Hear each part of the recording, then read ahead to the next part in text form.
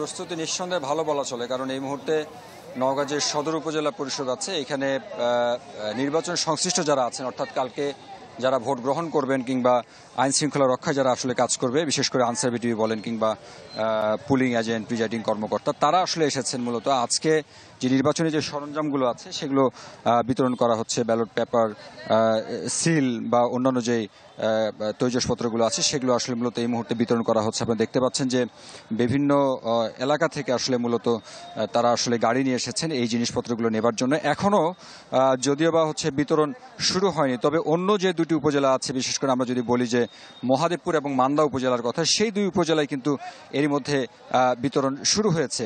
এবং প্রশাসনের পক্ষ থেকে বলা হয়েছে যে এইটি হচ্ছে নওগাঁর একদমই শেষ ধাপের যে নির্বাচন।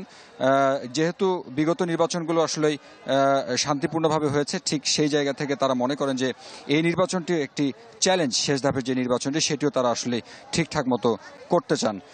মোটামুটি এরকমটা ছিল। এর পরের সংবাদগুলোতে যখন আসলে বিতরণ শুরু হবে তখন হয়তো আমরা আরো বিস্তারিত জানাতে পারবো। শাকিল, হারুন, আপনাকে ধন্যবাদ আমাদের সঙ্গে যুক্ত হওয়ার জন্য। দর্শক, নওগাঁ থেকে সরাসরি যোগ দিয়েছিলেন হারুন ও রশিদ চৌধুরী।